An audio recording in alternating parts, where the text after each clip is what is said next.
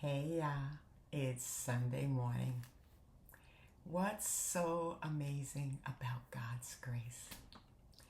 Luke chapter 15 tells a story that is often called the prodigal son. A father's son returns home after behaving in the worst way imaginable, after asking and receiving his inheritance while his father was still alive. And to make matters worse, after he squandered all of the wealth he received. Because of this son's riotous life, the son had no rights to the father's belongings.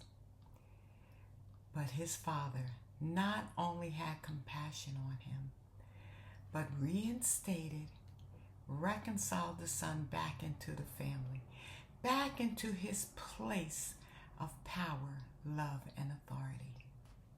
That's grace. Why?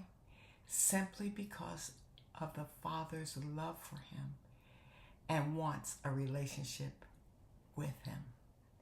That's amazing grace.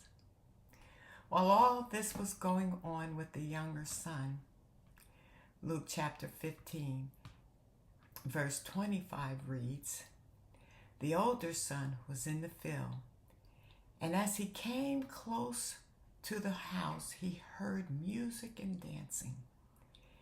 So the older son called to one of the servants and asked, 'What's going on?'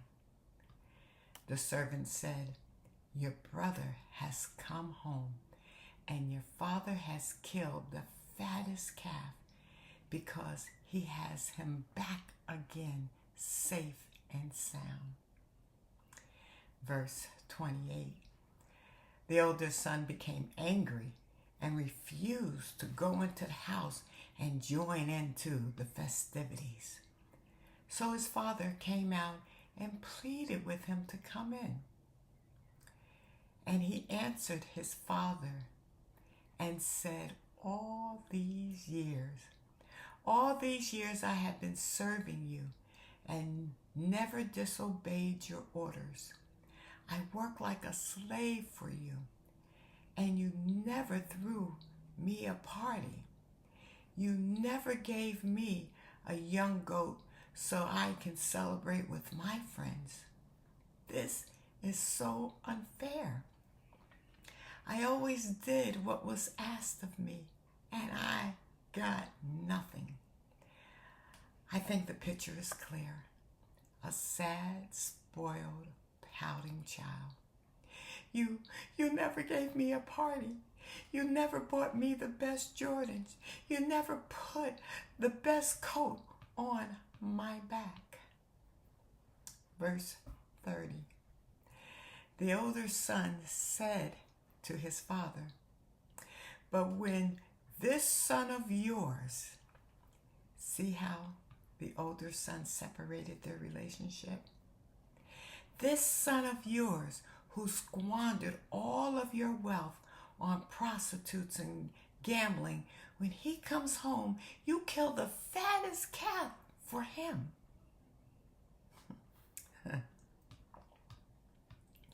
Verse 31, the father said to the older son, "My son child, you are always with me, and everything I have is yours." Verse 32, the father continues, "Son, we must be glad and rejoice for this brother of yours." See how the father is trying to restore the relationship? "For this brother of yours, he was dead and is alive again. He was lost, and now he is found." So what do we have here? Two sons. The younger one, who may have been overlooked, maybe wanting more out of life, and decided to go and sow his wild oats. And then there's the older son, who did everything right. He did everything that was expected of him. The older brother represents the religious people of the day. He represents all the people who think that they can please God by doing all the right things, by behaving in all the right ways. Listen, the older son, it was for him about being good. He couldn't wrap his head around the concept of grace because for him, you have to earn the Father's favor by what you do. For him, there's a certain behavior that you have to demonstrate before you are accepted by the Father and by God. You see, the older brother had his focus on the fact that one day he would receive his inheritance because of his performance, because of all the things he had done, slaving for the Father for so many years. When in fact, verse 31 tells us that the Father told him everything that the Father had was already his, that he did not have to earn anything. The oldest son did not have to wait until his father died to enjoy the wealth. He could have enjoyed it all along. There are so many Christians today that have this work-based attitude, believing that what will get them into God's graciousness is works.